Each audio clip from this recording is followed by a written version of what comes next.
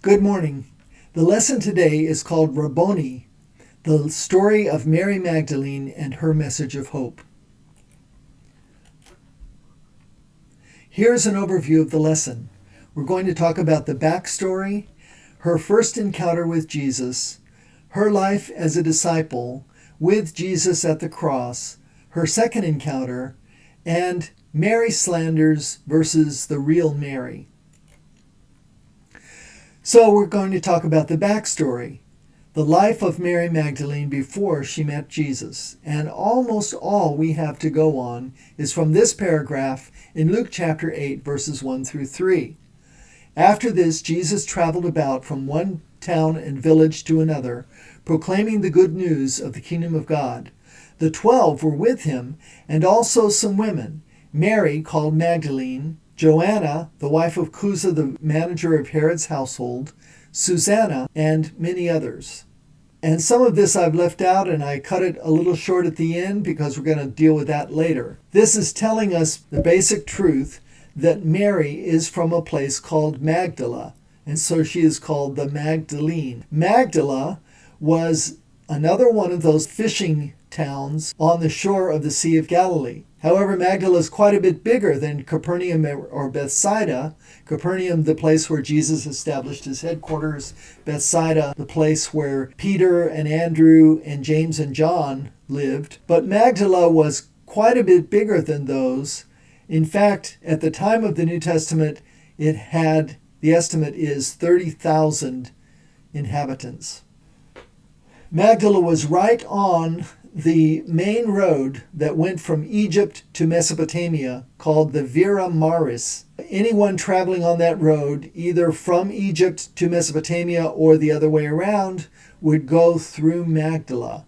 And the first time Magdala is mentioned in history is in 46 BC, where it was called Tarichaea, and I'll get to that in a minute, why it was called that.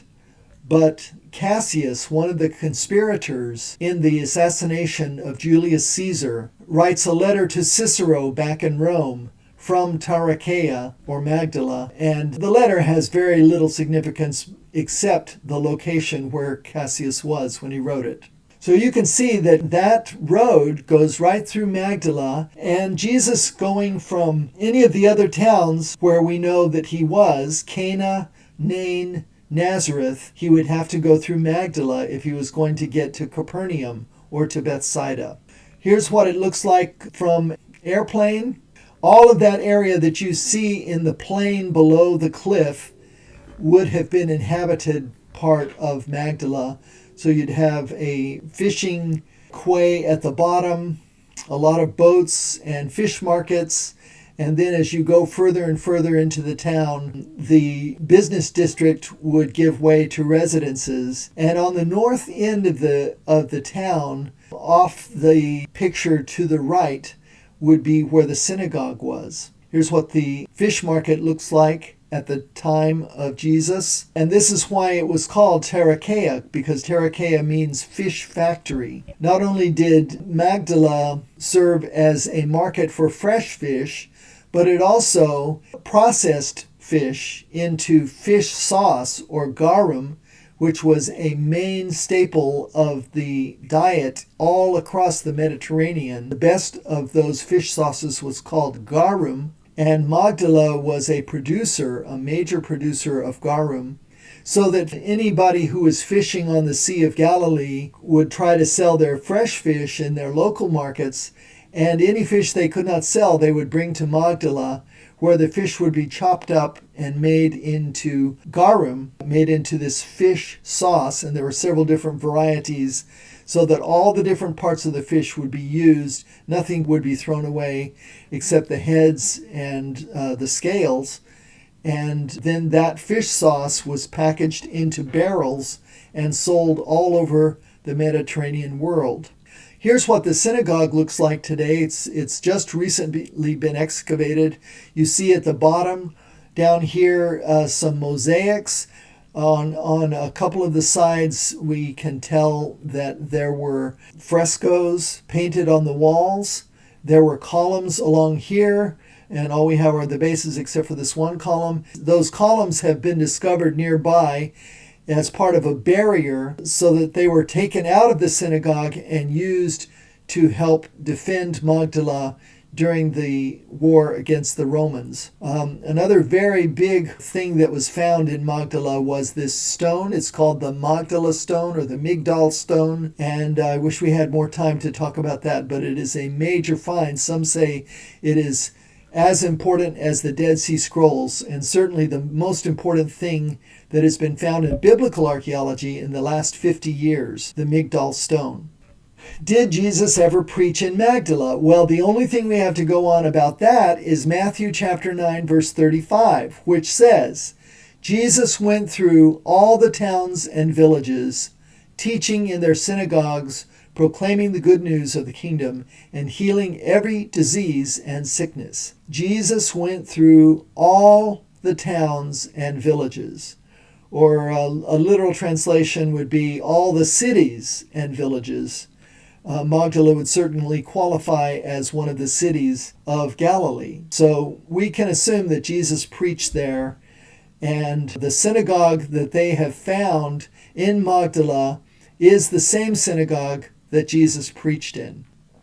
So now let's talk about the first encounter that Mary had with Jesus. Mary, at the time of her first encounter, was in a hopeless situation, because that verse that we just read, the part that I left out is Mary called Magdalene, from whom 7 demons had come out.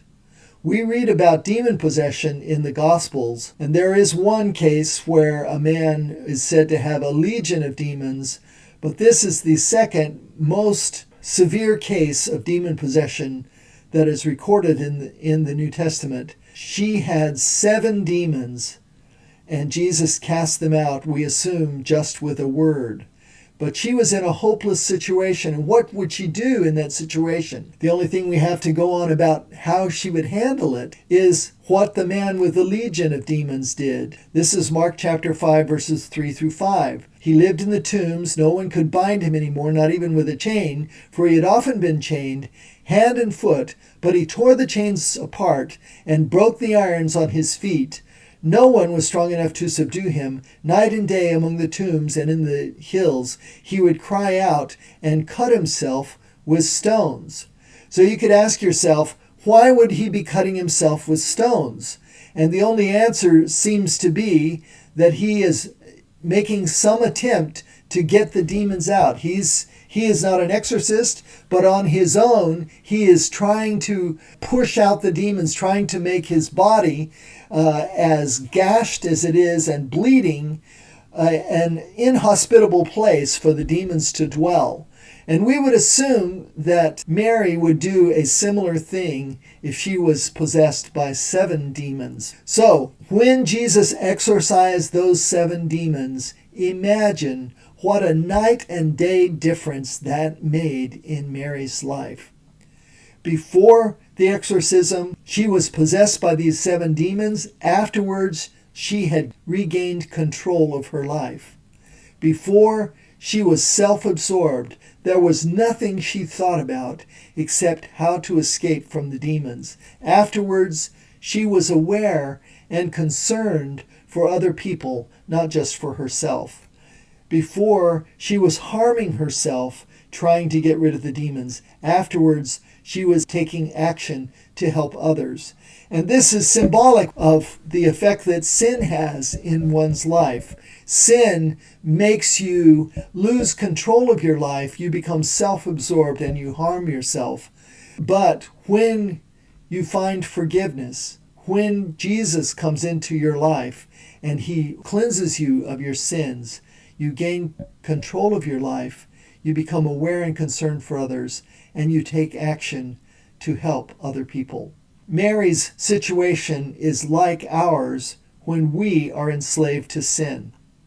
Let's talk about Mary as a disciple of Jesus.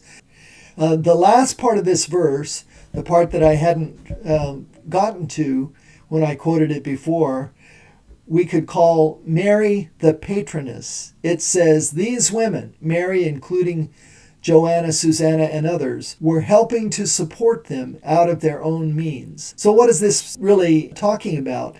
Well, it's talking about Mary having some means of support. Either she had workers in a business that she had tenants that were renting out land, and it produced some kind of an income for her. And that income, she and Joanna and Susanna and others were providing to the ministry of Jesus. They probably brought the money to Judas.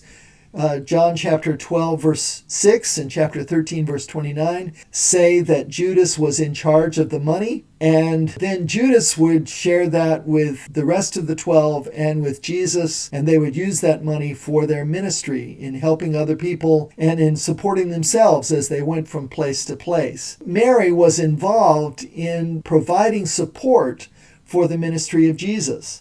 And we could say that this was a vital part of Jesus' ministry, and it also reveals something about Jesus that maybe you haven't thought very much about, that he was willing to accept help from others. He was the main helper in his ministry, but he also received help. And so Mary was a conduit for channeling money from whatever business she had or inheritance to go into the ministry of Jesus and the 12, probably through Judas Iscariot. But perhaps Mary had another ministry besides the ministry of being a patroness. And I can imagine a bulletin board that looked like this: ex-demoniac support group, sign up here. And then below that would be tacked on a list, and Mary's name would be first on the list. According to N.T. Wright, Mary's main ministry was ex-demoniac support. I don't think we can go that far. We can just say that this is a possibility, that Mary would have a particular interest in everyone whom Jesus cast demons out of, help them readjust to life on the other side of their demon possession. And this would be a wonderful ministry. Remember that parable that Jesus gave about the man out of whom a demon had been cast. And the demon went through waterless places looking for a place to inhabit, and he couldn't find any place. So he goes back to the original person that he had been possessing, and he re-enters that person, and he takes 7 others with him. And this is very parallel to Mary's own life. She had 7 demons. This would be a person who had 8. He has 7 other demons who come in and who re-inhabit this place. And the last state, Jesus says, is worse than the first. So the bottom line of that parable would be, fill your life with good things. Don't leave it empty, or the demons will return. So now let's talk about Mary with Jesus at the cross and the tomb. Mary watches as Jesus dies and is buried. Here is the information we have from Mark chapter 15, verses 37 through 41, and there are parallel passages in Matthew and Luke. With a loud cry, Jesus breathed his last. The curtain of the temple was torn in two from top to bottom, and when the centurion who stood there in front of Jesus saw how he died, he said, "Surely this man was the Son of God." Some women were watching from a distance, among them Mary Magdalene, and many other women who had come up with him to Jerusalem were also there. So Mary was at the foot of the cross, and she watched helpless as Jesus died on the cross. Then Joseph of Arimathea gets permission to take down the body from the cross. Verse 46 says, "So Joseph brought some linen cloth, took down the body, wrapped it in linen, and placed it in a tomb cut out of rock. And then he rolled a stone against the entrance of the tomb. Mary Magdalene and Mary, the mother of Joseph, saw where he was laid." So there isn't any possibility at all that Mary would have gone to the wrong tomb on the first day of the week. She accompanied Joseph to the place where Joseph buried the body, and she was aware of the location of the burial. It is a mistake to suggest there was any possibility of going to the wrong tomb. And that sets up the second encounter that Mary had with Jesus, the pivotal moment in her life. Of course, as a disciple, she was constantly with Jesus. We could assume that she was with Jesus on a constant basis as one of his disciples. But the pivotal moment, the life-changing black and white difference that an encounter made happened to her the second time on the morning of the resurrection. So here's what the text says from John chapter 20, verses 1 and 2. Early on the first day of the week, while it was still dark, Mary Magdalene went to the tomb and saw that the stone had been removed from the entrance. Now, Mary is performing the function of the bearer of news, but she is bearing at this moment bad news. She came running to Simon Peter and the other disciple, the one Jesus loved, we would assume John, and said, "They have taken the Lord out of the tomb, and we don't know where they have put him." Now, John's account only tells us of Mary's arriving at the tomb, but notice in her bearing of this bad news, she is using the first person plural. She says, "We don't know where they have put him." So that would coincide with the synoptic account of the women at the tomb. There were more than Mary Magdalene. The other women also went. So in verses 11 through 13, we have an account of Mary's encounter with angels. After John and Peter arrived at the tomb and looked inside and then left, they departed. Then Mary stood outside the tomb crying, and as she wept, she bent over to look into the tomb and saw two angels in white seated where Jesus' body had been, one at the head and the other at the foot. They asked her, "Woman, why are you crying?" And she replied, "They've taken my Lord away, and I don't know where they have put him." So this encounter that she had with angels, and she seems to have accepted their presence without questioning, is followed very closely by her encounter with what she thought to be the gardener.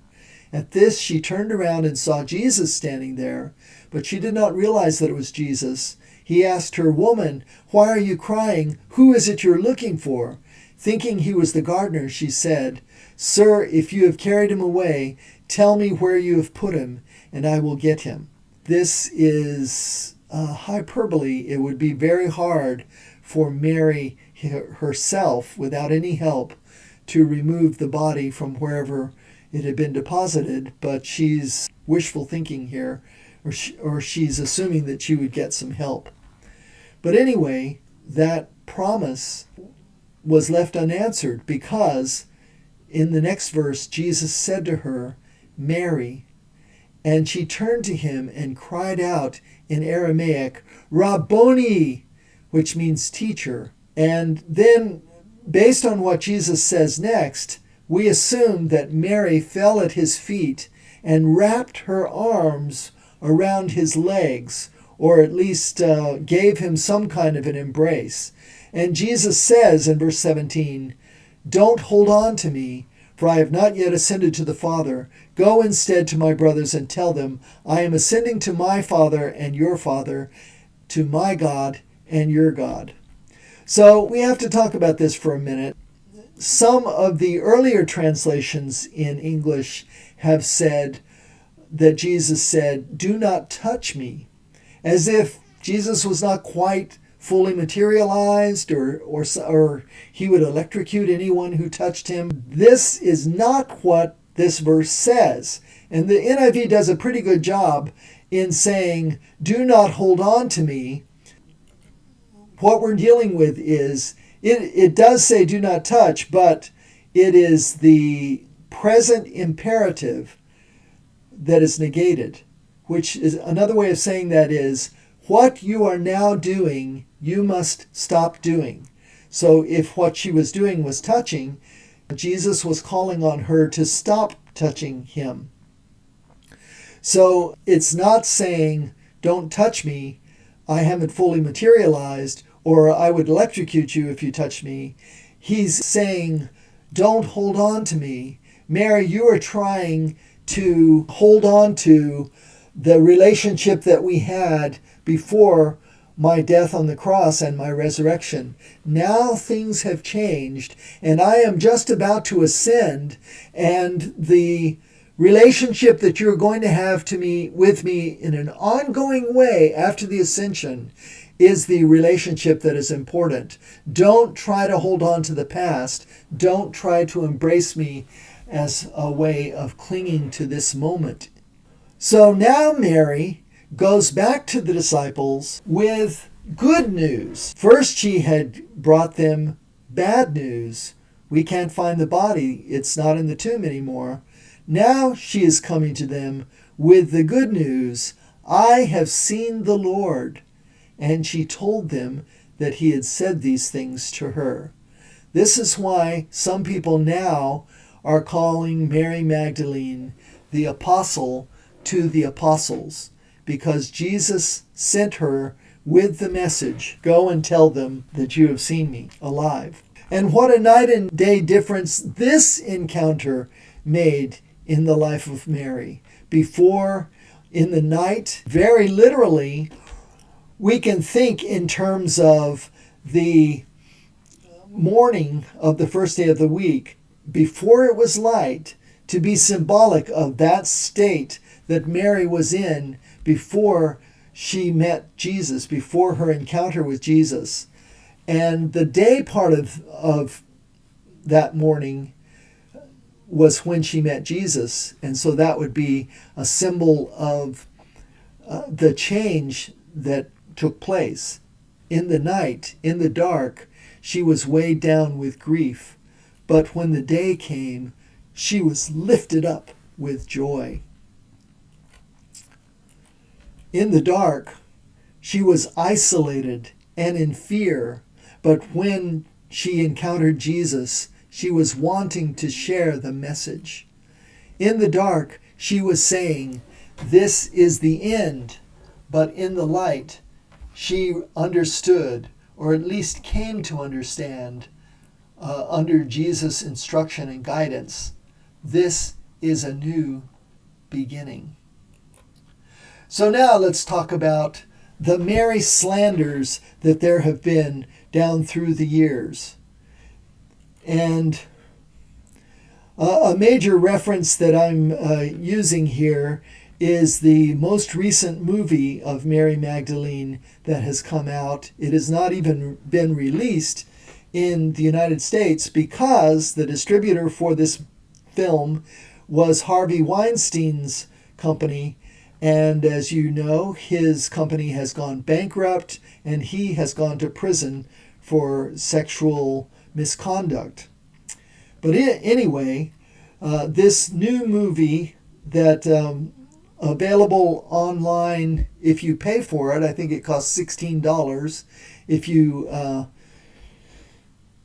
are willing to shell out the cash, but you can see trailers of it already on the internet, is one of many of the slanders of Mary that we have seen down through the years, garbled retellings of Mary's life.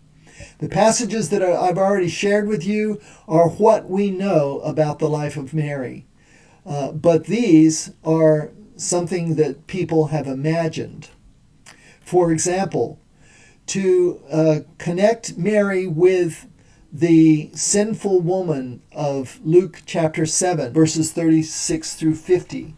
Pope Gregory the Great in 1591 said that Mary Magdalene is the same as the sinful woman of Luke 7, and also the Mary, sister of Martha and Lazarus, Mary of Bethany, that occurs later on in the Gospels. It starts in Luke chapter 10 and then John chapter 11. And then she anoints the feet of Jesus later on, very similar to the anointing of the sinful woman in Luke 7. Gregory said that those are all the same woman. And I don't know what his reason is. Maybe some people maybe Gregory was trying to convince people who were not convinced that their sins were forgiven, that forgiveness was possible. If Mary could be forgiven, anybody could. And so he made her into the sinful woman. But this confusion between different Marys in the gospel has gone on ever since 1591. Pope Gregory the Great, he was called, is responsible for that. But if you look in the context of chapter 7, the only city that it talks about is the city of Nain.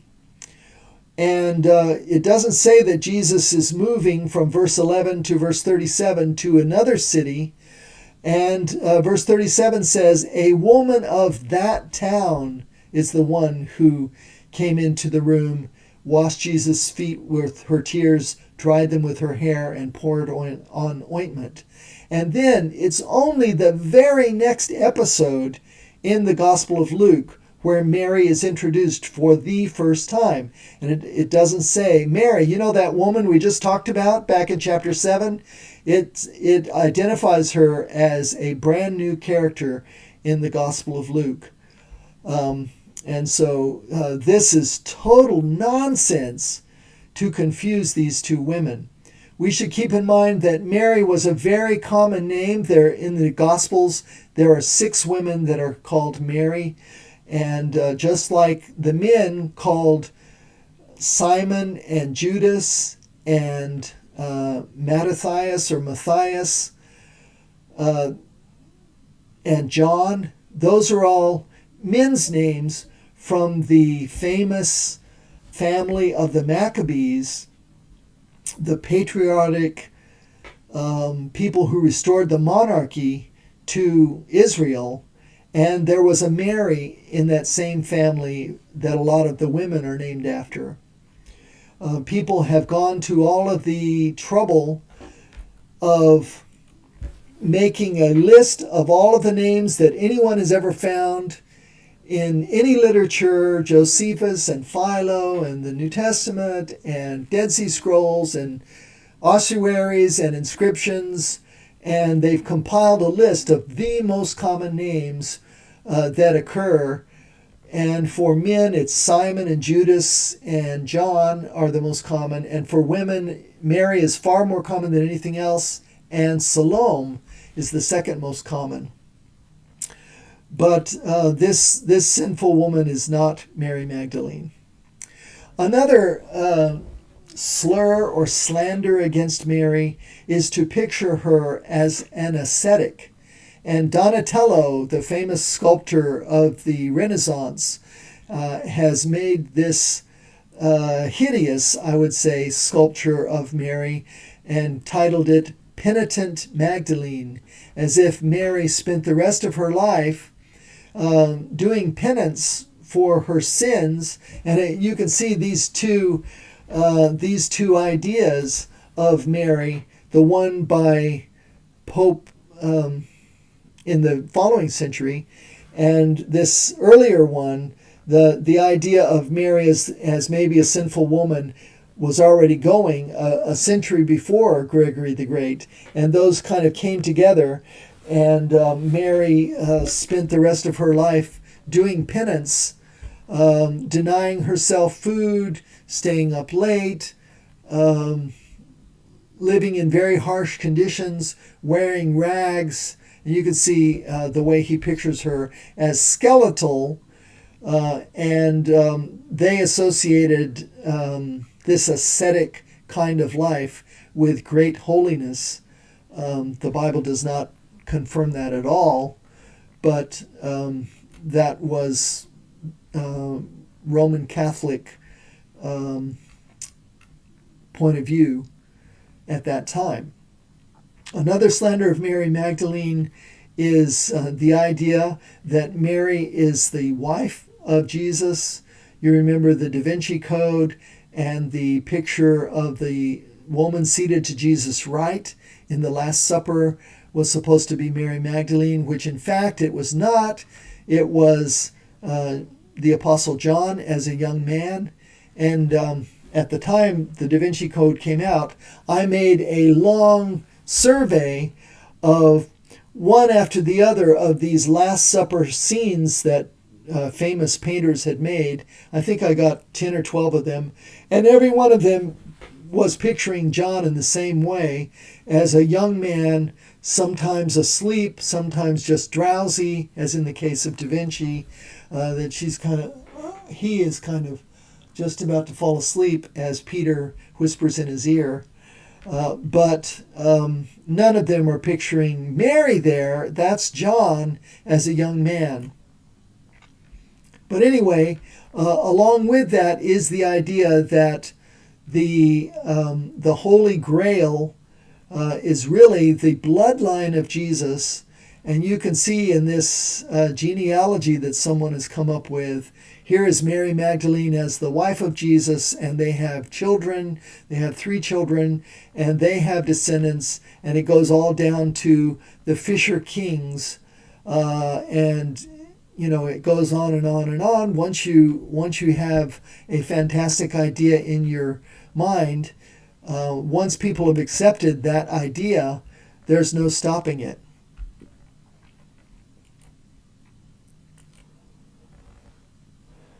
And another slander of Mary is that she's a mystic teacher. There is a 2nd or 3rd century Gnostic document called the Gospel of Mary Magdalene. Here's a picture of one of the manuscripts of it. It was not written in Greek, but it's in Coptic. And it is very short. And it basically is saying that Mary is the disciple of Jesus that really gets his teaching. And this new movie is based on the ideas that come from the Gospel of Mary, that Mary had special insight, that Jesus had given her teaching that the other disciples didn't get, and that the other disciples were jealous of the attention that Jesus gave to her. Not an erotic kind of attention, not a romantic kind, but an attention of teacher and student. And Mary excelled in understanding Jesus more than anybody else. And there's one scene in the trailer of this movie in which Jesus and the disciples encounter a number of women, and he turns to Mary and he says, "What do you think I should tell them?" And then Mary starts speaking in his behalf and talking to the women. Total nonsense as far as what the New Testament says is the truth about Mary. Here's the truth about Mary, the real Mary as described in Scripture. The backstory that she was wealthy, that she became involved in the occult in some way and therefore demon-possessed by 7 demons, but Jesus cast them out. Then she became a disciple of Jesus and even supported him in his ministry, and maybe was helpful to other ex-demon-possessed people, that she stood by Jesus at the cross and saw where he was buried, and then she had another life-changing, pivotal encounter with Jesus at the empty tomb. What can we learn from this story? We can learn these 4 things. Our encounter with Jesus is similar to hers. What a difference he has made in our lives. And how can we use what we have now as a result of our conversion? The gifts that God has given us, how can we use them to serve him? We can also believe that people will misunderstand us and even slander us. What does Jesus say in the Sermon on the Mount? When people persecute you and say all kinds of evil against you, you should rejoice and be glad because you are blessed and the kingdom of heaven belongs to you. And a final lesson for us is that even now, even though we have not seen Jesus face to face like Mary did, even though we cannot wrap our arms around his feet and cling to him, We can cling to Jesus because he is with us, as he has promised in Matthew 28, verses 19 and 20. He says, I will be with you always. We can hold on to that promise, and we can let it empower us to be his servants in this world. Thank you for listening, and God bless you this week.